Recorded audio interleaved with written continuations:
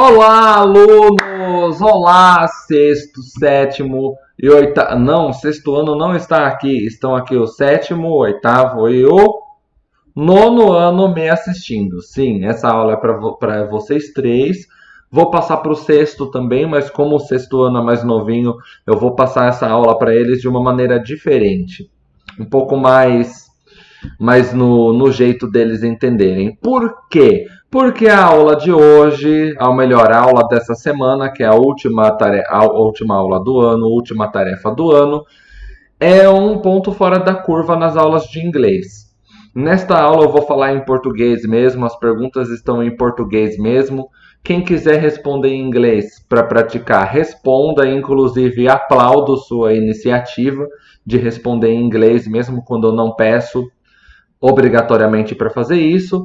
E por que a aula de hoje é um pouco diferente? É só porque a gente vai falar em português? Não. É porque nós vamos fazer uma atividade um pouco diferente. Vamos fazer uma aula de reflexão. Eu trouxe aqui um livro, uma partilha de leitura que eu gostaria muito de fazer com vocês. E sim, partilha de leitura também é uma atividade escolar, também é uma coisa que tem que ser incentivada na escola. Eu trouxe aqui uma partilha de leitura que eu gostaria de fazer com vocês e vamos fazer uma reflexão em cima dessa leitura. Como alguns de vocês já sabem, eu estou lendo, já tem um tempão que eu estou lendo este livro aqui, Minha História. É a biografia da Michelle Obama, este livro. Como eu sou uma pessoa meio lerda para leitura, eu demoro, ainda mais um livro dessa grossura, eu fico demorando para ler. Ainda estou aqui no começo, ó. E quais são as páginas que eu trouxe para a gente ler? São duas páginas em que ela está falando, como vocês podem ter visto aqui, né, no materialzinho reflexão do ano, de final de ano. Nessa parte do livro eu estou falando a Michelle, que é ex-primeira-ministra dos Estados Unidos, ex-primeira-dama dos Estados Unidos, ela é esposa do Barack Obama, que é ex-presidente dos Estados Unidos. Nessa parte do livro que eu vim mostrar para vocês, ela está falando de quando ela estudou na faculdade, como foi para ela entrar na faculdade. Ela estudou na Universidade de Princeton e, pelo que eu me lembro, ela é advogada. Ela fez direito. Foi para a faculdade e nessa parte ela conta como ela se sentia no ambiente da faculdade. Para quem não sabe, ir à faculdade nos Estados Unidos é diferente de ir à faculdade no Brasil. Aqui no Brasil, são poucas pessoas que moram na faculdade. Lá nos Estados Unidos é muito mais comum os alunos, os centros universitários terem os alojamentos, que é onde os alunos têm os quartos, os alunos dormem na faculdade. É como se fosse um hotel. Junto com o prédio da faculdade, também tem o alojamento dos alunos, onde eles dormem. Eles moram na faculdade durante o curso inteiro e depois eles arrumam um emprego, vão embora, é vida pra frente. Nos Estados Unidos é assim. Você fez 18 anos, tchau, tchau, casinha de papai e mamãe, vou embora, a partir de agora eu vou embora, eu nunca mais vou morar com vocês. A partir de agora é minha vida, minha casa, minha faculdade por enquanto.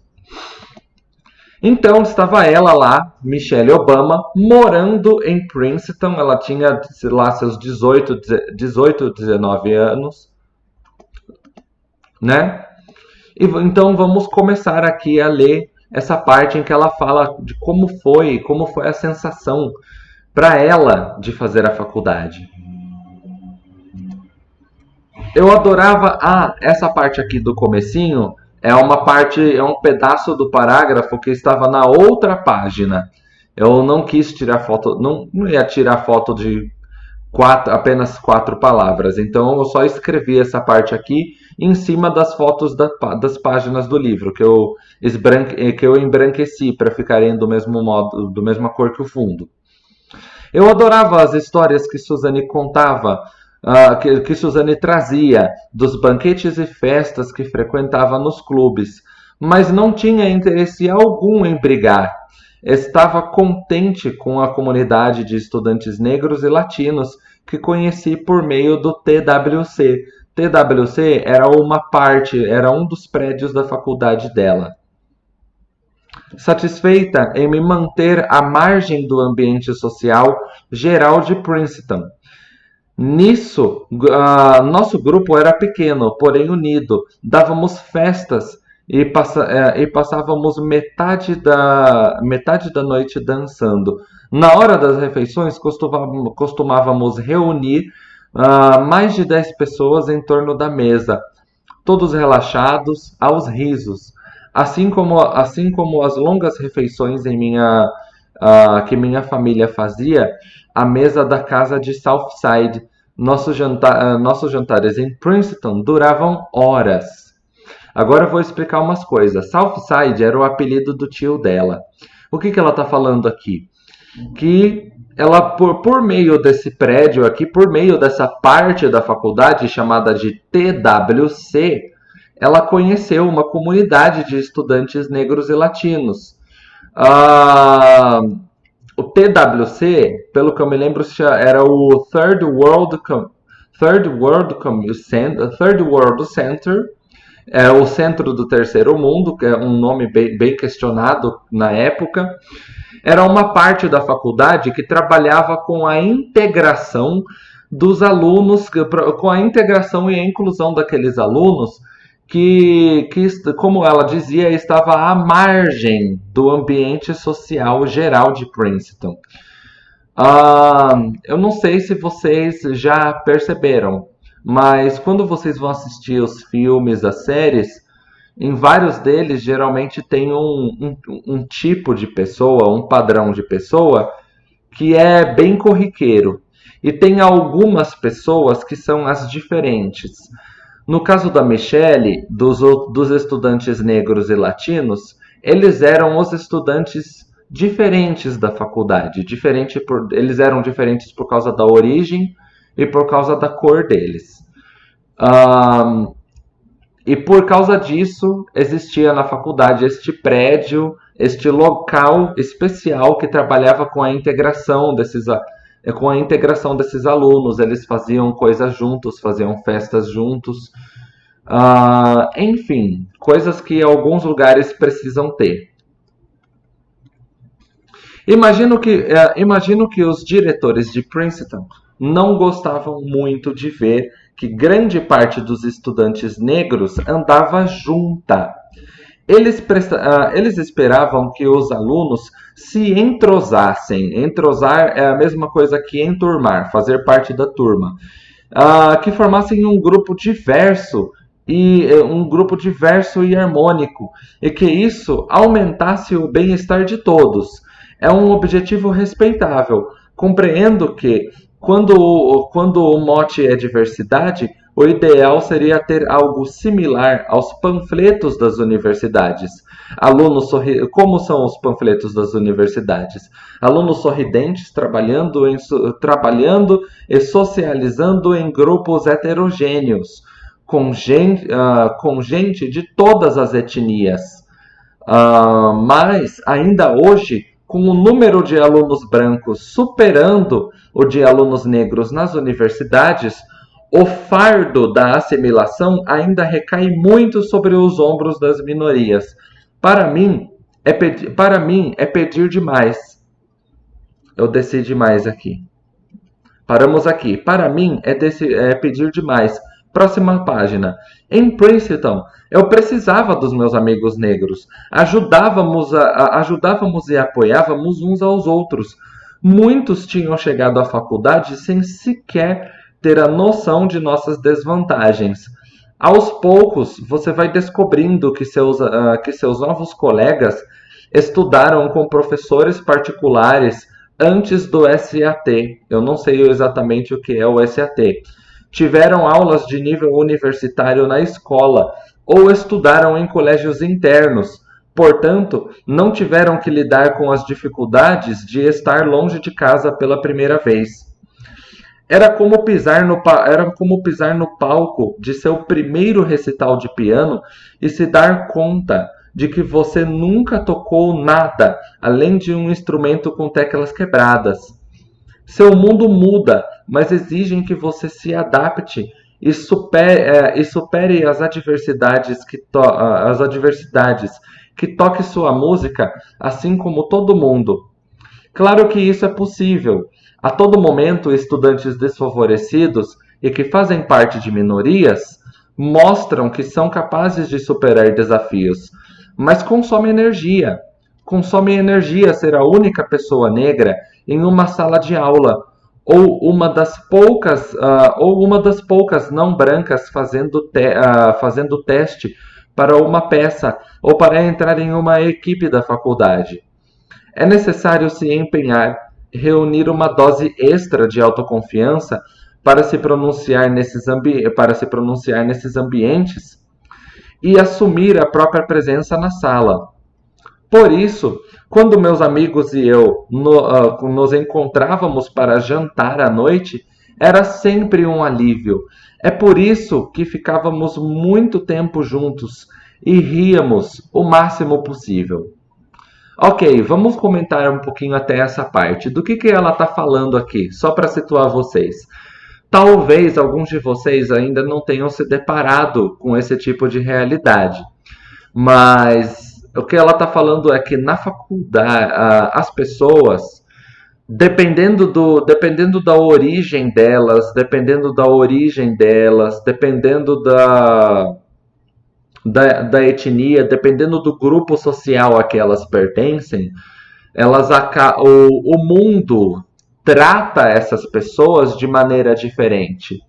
Isso se chama desigualdade. Quando nós tratamos as pessoas de grupos diferentes, de formas diferentes, favorecendo alguns ou desfavorecendo outros, a gente tem a desigualdade. E essa explicação que eu estou dando é uma explicação muito simples. Uma explicação verdadeira seria bem mais complexa e bem mais explicativa do que isso que eu estou falando. Mas, para início de conversa, vamos explicar de maneira mais simples, né? Só para vocês começarem a entender. Alguns de vocês já entendem. Existem alguns grupos que são tratados de maneiras diferentes ou que historicamente possuem desvantagens ou que politicamente possuem desvantagens, como é o caso dos imigrantes, né? E por causa do tratamento diferente que a gente dá para essas pessoas, elas acabam tendo desvantagens. São as minorias. É disso que a Michelle está falando. Aí, lá na faculdade da Michelle, existia um prédio chamado TWC, que era o Third World Center, o Centro do Terceiro Mundo. Ah, e nesse lugar, o que esse lugar fazia? Esse lugar fazia o acolhimento dessas pessoas na faculdade.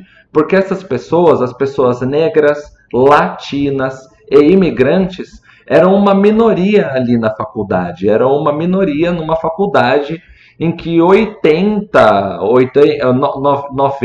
95, 90 e tantos por cento das pessoas eram brancas e de origem da classe média.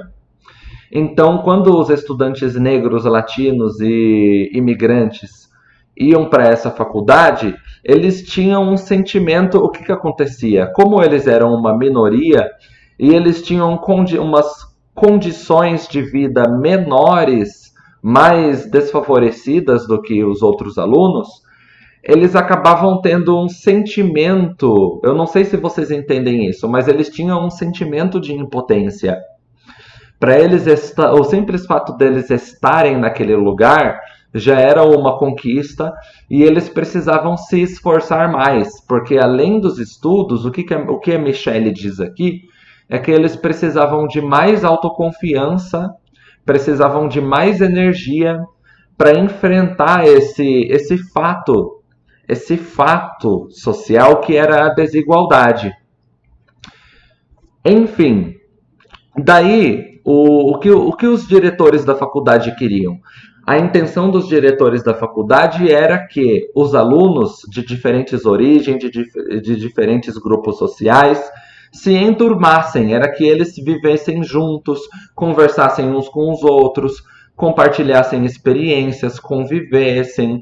E isso é um objetivo muito óbvio, porque para a gente conseguir vencer esses preconceitos que nós temos uns com os outros, o preconceito contra o imigrante, contra a pessoa negra, contra a pessoa nerd, contra a pessoa, o preconceito contra o deficiente físico, o deficiente intelectual, para as pessoas que têm problemas psicológicos, para a gente conseguir vencer essas barreiras de preconceito que tem entre a gente e que acabam fazendo a gente criar desigualdade, a gente precisa o quê? Viver junto, conviver, viver em harmonia, um trocar experiência com o outro, um conversar com o outro.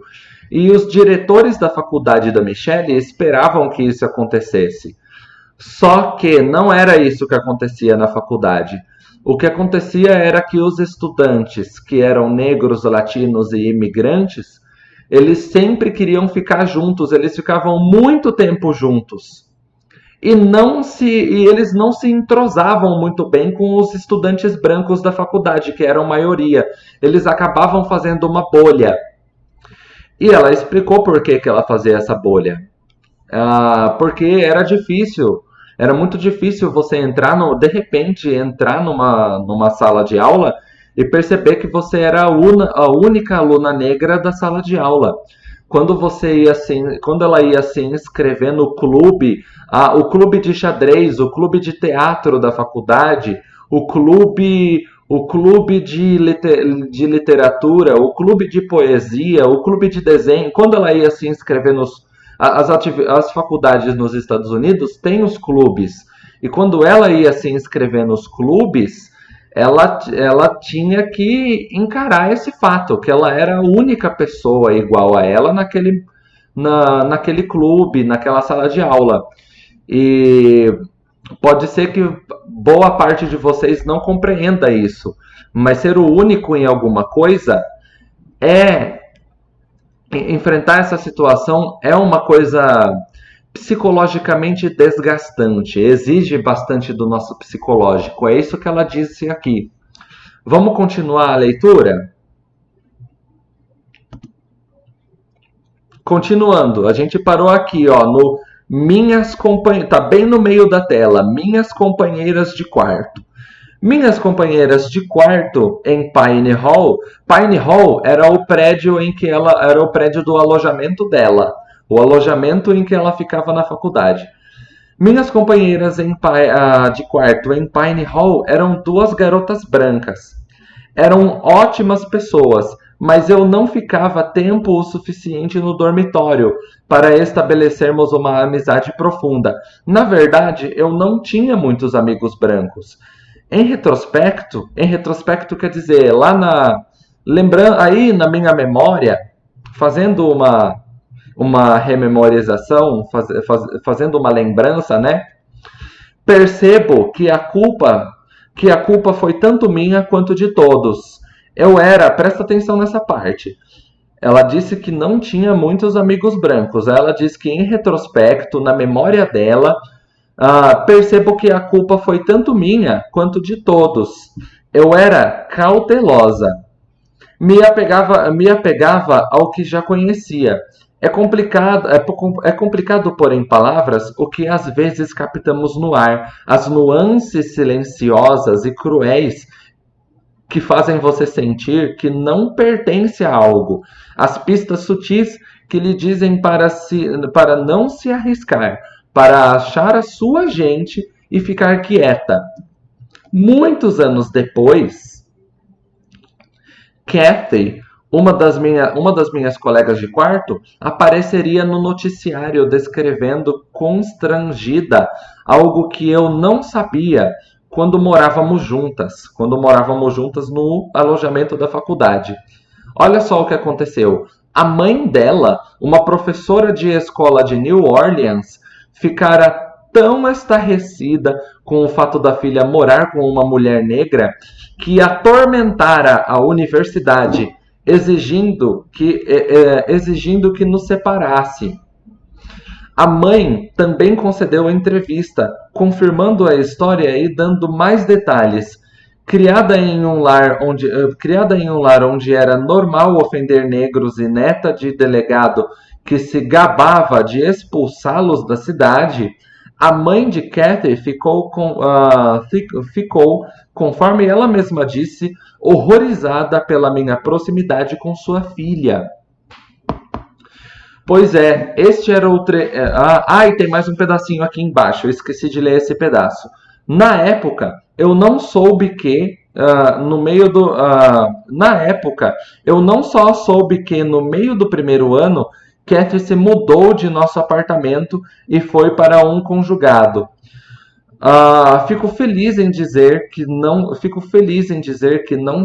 fazia ideia do motivo. Olha só o fato que aconteceu com a Michelle Obama. Uma das colegas de quarto dela foi aí obrigada pela mãe. Dá para perceber que essa colega de quarto dela, Kathy, ela não concordava com aquilo, mas a mãe dela a obrigou a se mudar de quarto, porque a mãe não queria que a filha estudasse, que não queria que ela morasse junto com a Michelle Obama na faculdade. Aí ela fez a filha mudar de quarto. Olha só que ato de preconceito fortíssimo. Casos como esse não acontecem com todo mundo, mas eles podem sim acontecer com frequência. E talvez seja por causa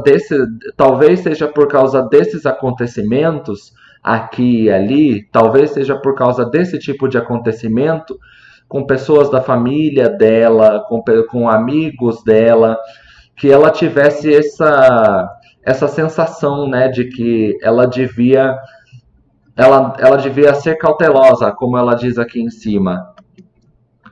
Que ela devia ficar... Talvez seja por isso que ela tivesse essa sensação de que ela devia ser cautelosa. Ficar ali com o grupo de amigos dela, com o grupelho que era do grupo social dela, e não ficar se arriscando, não ficar conhecendo aí outros grupos, né? Agora, a reflexão do dia. Por que eu quis trazer essas páginas para fazermos uma reflexão? Primeiro motivo, porque muitos de nós não percebemos que esse tipo de coisa acontece. Muitos de nós estamos ainda cegos a esse tipo de acontecimento. Eu comecei a ler a biografia da Michelle também para poder aumentar o meu nível de consciência, aumentar o meu nível de visão social e para eu poder perceber a vida dessas pessoas como é, para eu poder perceber como é diferente a vida das pessoas negras, ou melhor, não como é, como pode ser diferente, né? Porque se for uma pessoa negra rica e uma pessoa negra pobre, as vidas delas vão ter várias diferenças também. Então eu comecei a ler esse livro não só porque ela era a primeira dama, mas porque eu queria também poder ter noção de como é a vida alheia, de como é a vida do outro.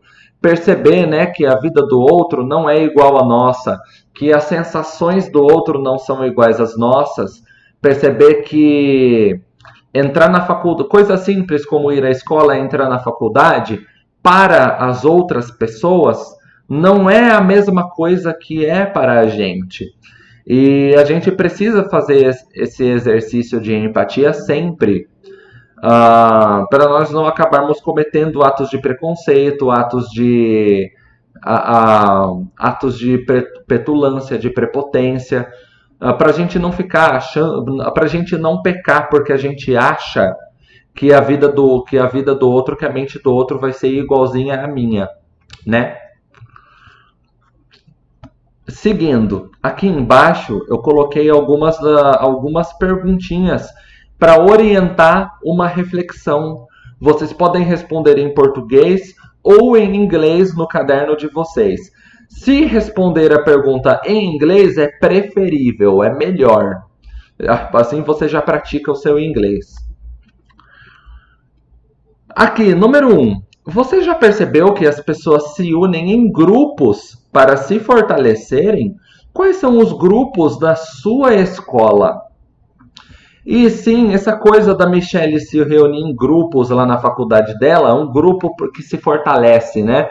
O grupo que é das minorias sociais, dos imigrantes, dos latinos e dos negros. Que eles se uniam, passavam bastante tempo juntos para eles poderem se sentir parte daquela faculdade, né?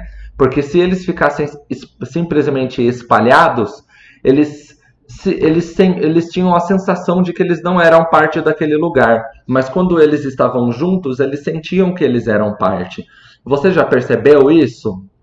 Olha, eu já percebi. Na escola que eu estudei no ano passado, eu já percebi sim. Eu percebo que nas escolas daqui pode não tem o grupo dos alunos imigrantes negros e latinos, né? Também porque nós somos os latinos. Uma grande parte de nós é latina, mestiça. Mas na escola que eu estudei no ano passado, eu achava muito interessante como existia o grupo dos esquisitos. Vocês já viram o grupo dos esquisitos? Igual naquele filme It, no filme It, do palhaço Pennywise? Uh, Na escola que eu estudei no ano passado, logo no início do ano, eu percebia que tinha uns alunos do nono ano que se juntavam com os alunos do oitavo e que se juntavam com alguns alunos do sétimo. Eles eram um grupo dos esquisitos. Por quê? Porque eles, no meio daquela escola, eles eram os otaku, eles eram os nerds, eles eram os alunos que gostavam de desenhar, que gostavam de estudar, eles eram os alunos que gostavam de todas as matérias e que gostavam de estudar, prestavam atenção na lição de casa. Por causa daquela atitude deles, eles acabam formando o grupo dos esquisitos, ou o grupo dos nerds, o grupo dos otakus, esse grupo que era o grupinho deles. E quando tinha alguma festinha na escola, eles estavam ali sempre, eles aproveitavam para se esquecer do grupo da sala de aula deles e ficar junto. Eles dançavam juntos, conversavam, não eram todos da mesma sala, mas eles faziam a competição de dança esquisita deles. Usavam aquele sobretudo da Akatsuki, eles usavam a camiseta de anime que eles gostavam. E juntos aquele grupo se fortalecia. Vocês percebem isso na escola de vocês? Outra coisa, número 2.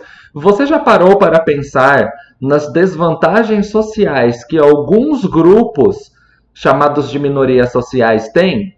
Conte como foi perceber essa realidade. Bom, quando a gente é adolescente, a gente ainda tem uma certa inocência, né? Quando a gente tem a idade de vocês, 13, 14, até 15 anos, a gente tem uma certa inocência. A gente não consegue perceber quais são os desafios que as minorias sociais têm. Às vezes a gente até é parte de uma minoria, só que a gente não percebe, a gente demora para admitir isso, a gente demora para assumir que a gente faz parte de uma minoria social. A gente demora para aceitar. Uma vez eu tive um aluno que ele estava conversando comigo, né, sobre o processo de aceitação dele. E aquele menino me falou uma coisa que me deixou meio chocado. Ele me falou, professor, eu tô passando por uma fase de me aceitar, sabe? Aceitar a minha identidade, aceitar quem eu sou. Eu já aceitei que eu sou negro. Eu pensei, nossa, ele aceitou que ele é negro. Ele precisou aceitar. É uma coisa que ele vê no espelho todos os dias. Isso não devia ser uma novidade. Isso não devia ser uma coisa difícil de encarar. Mas ele realmente, algum dia, ele precisou aceitar esse fato. A gente pensa, né, que todas as pessoas já nascem se aceitando, mas não é todo mundo que já nasce se aceitando. Que coisa, não? Parece ser uma coisa tão simples, já nascer aceitando quem você é, mas não é. Terceira reflexão. Eu vou comentar cada pergunta, eu vou comentar essas perguntas de maneira superficial e depois vocês fazem o aprofundamento. Terceira pergunta. Terceira questão, na verdade. Escolha uma minoria social ou algum tipo de pessoa que possui desvantagens sociais. Tente explicar quais desvantagens essas pessoas possuem. Aí, nessa questão, você vai fazer. No número 3, você vai fazer um exercício.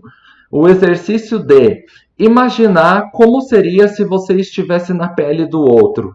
Escolhe uma pessoa que é de uma minoria social. Por exemplo, a pessoa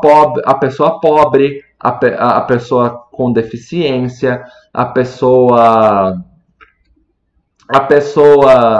de pele escura. Escolhe alguma minoria social para você e imagina se você estivesse no lugar dessa pessoa. Quais desvantagens você possuiria? E depois de você fazer esse exercício de imaginação, você pode pesquisar também. Pesquisa na internet. Número 4. Alguma vez você notou alguma atitude de claro desrespeito a minorias sociais? Negros, que são negros, mulheres, indígenas, deficientes, imigrantes, pessoas LGBTs, moradores de rua, etc., na sua escola ou no seu bairro? Alguma vez aí na sua escola, no seu bairro, na sua cidade, você já notou uma atitude de desrespeito a essas pessoas? E explique como foi. Eu coloquei essa pergunta aqui, essa questão aqui, porque eu quero que você explique como foi. Eu quero que você sinta, eu quero que você sinta a raiva por aquela situação ter acontecido. Eu quero que você sinta a dó, a raiva. Eu quero que você sinta o desconforto.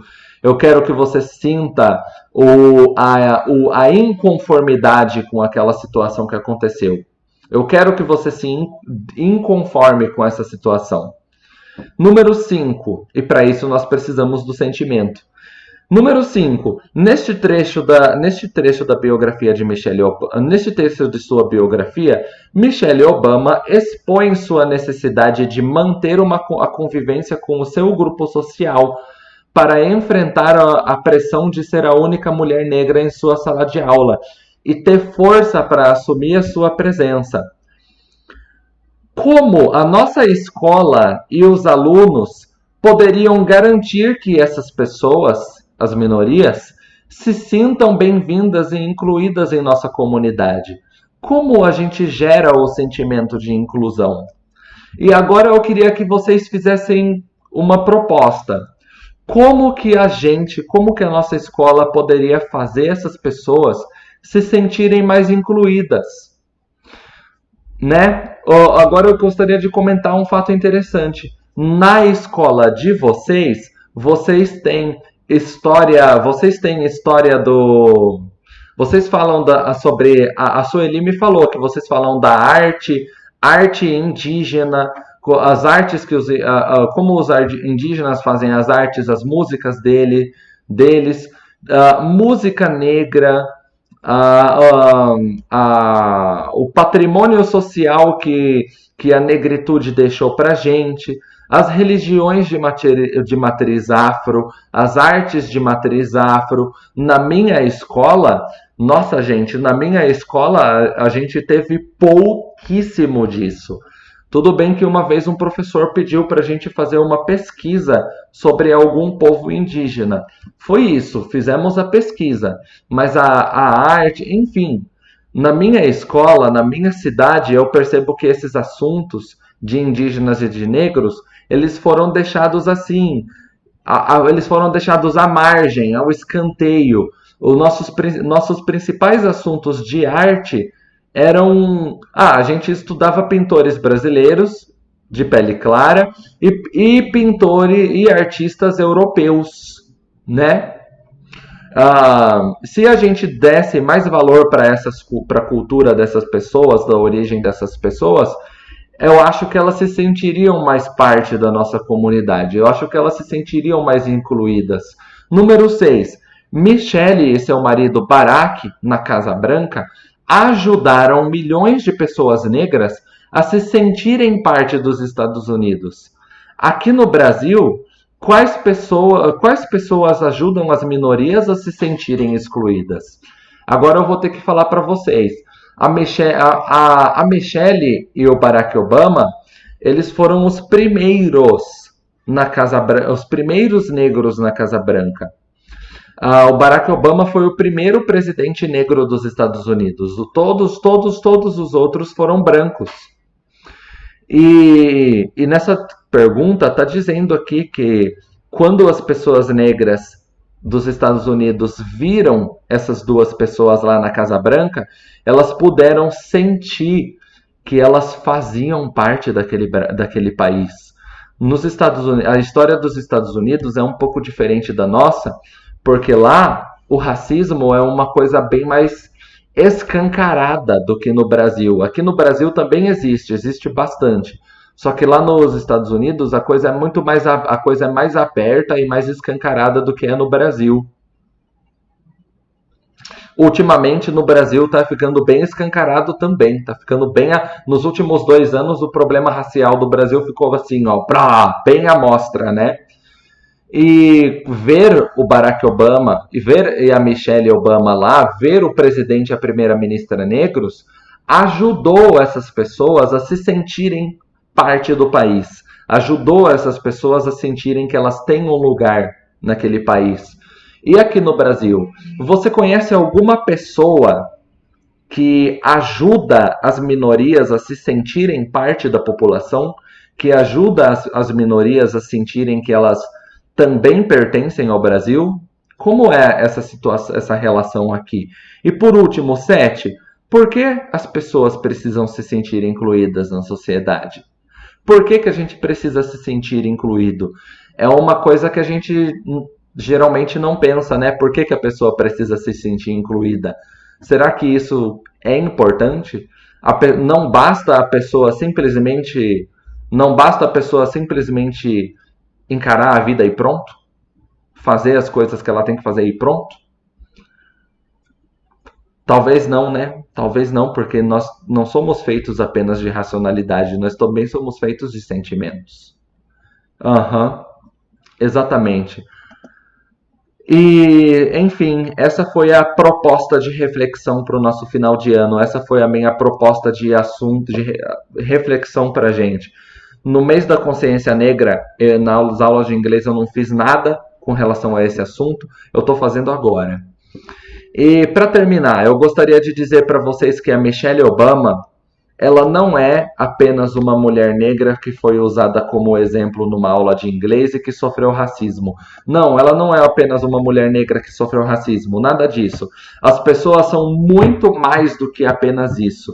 A Michelle, pelo que eu li na biografia dela até agora, a Michelle teve pais de baixa renda. Eu não sei até que ponto eles eram pobres, mas eles eram de baixa renda. Assim como muitos de nós. Ela passou por. Ela foi uma aluna, assim como todos nós. Ela também tinha matéria favorita na escola, ela também tinha matéria que ela não gostava. Ela também teve dificuldades como todos nós tivemos. Ela também foi uma pessoa que andou por essas ruas e não fazia a mínima ideia de como seria o futuro dela. Ela não fazia a mínima ideia de que um dia ela seria a primeira dama. Ela não fazia a mínima ideia de que um dia ela seria famosa. Um dia ela foi assim como nós, estudando numa escola qualquer, de um bairro qualquer. Ela não nasceu primeira-ministra. Ela não nasceu sendo famosa. Ela teve que construir isso ao longo da vida dela.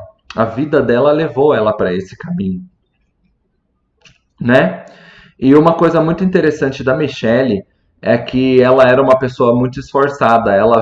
Quando a Michelle via um desafio, ela queria enfrentar o desafio. E isso, ela é uma pessoa que aprendia com as situações e aceitava os desafios dela. E isso ajudou a Michelle a se tornar quem ela é hoje, aprendendo com as situações da vida dela, tendo um olhar para as pessoas, tendo um olhar para a fragilidade das pessoas, aprendendo com elas, aceitando os desafios, ela foi se tornando uma mulher forte. Quando a gente não aceita os desafios e quando a gente não aprende com as situações, nós nos tornamos pessoas mais fracas. Ela se tornou forte. E, e os pais da Michelle, eles também foram muito importantes na formação dela, porque eram pais que instigavam os seus filhos a aprender. Eram pais que ensinavam seus filhos para serem adultos. Eles estavam criando adultos, não estavam criando crianças.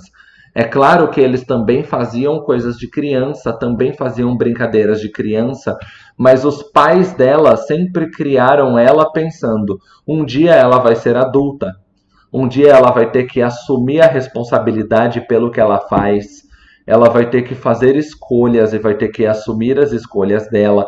Então já vamos criar ela pensando nisso. Os pais da Michelle fizeram total diferença na formação dela. Nossa, fizeram total diferença. Eles eram pessoas que se importavam. Eles se importavam com o caráter dela, se importavam com a escola dela, se importavam com as notas. Eles faziam o reforço positivo. Sim, você consegue. E com isso, ela foi fazendo uma escalada na vida dela, até se tornar advogada, até se tornar primeira dama e a ter um papel muito importante na política dos Estados Unidos. É isso aí, gente. Essa foi a reflexão. Eu espero que vocês tenham gostado desse vídeo. Eu espero que vocês e seus amigos da escola conversem sobre esse assunto. Eu espero que vocês se conscientizem da situação de si mesmos e da situação dos outros. Até mais, alunos. Até mais. Tenham um excelente dia, excelente final de semana. E quando vocês chegarem à escola, conversem comigo, falem sobre como vocês se percebem, de que minoria vocês são, de que grupo vocês são, se vocês são da maioria, se você é da maioria branca, cristã, heterossexual, de classe média, como é que você enxerga as outras pessoas? Fala pra mim. Até mais, pessoal. Tenham um bom dia. Interromper gravação.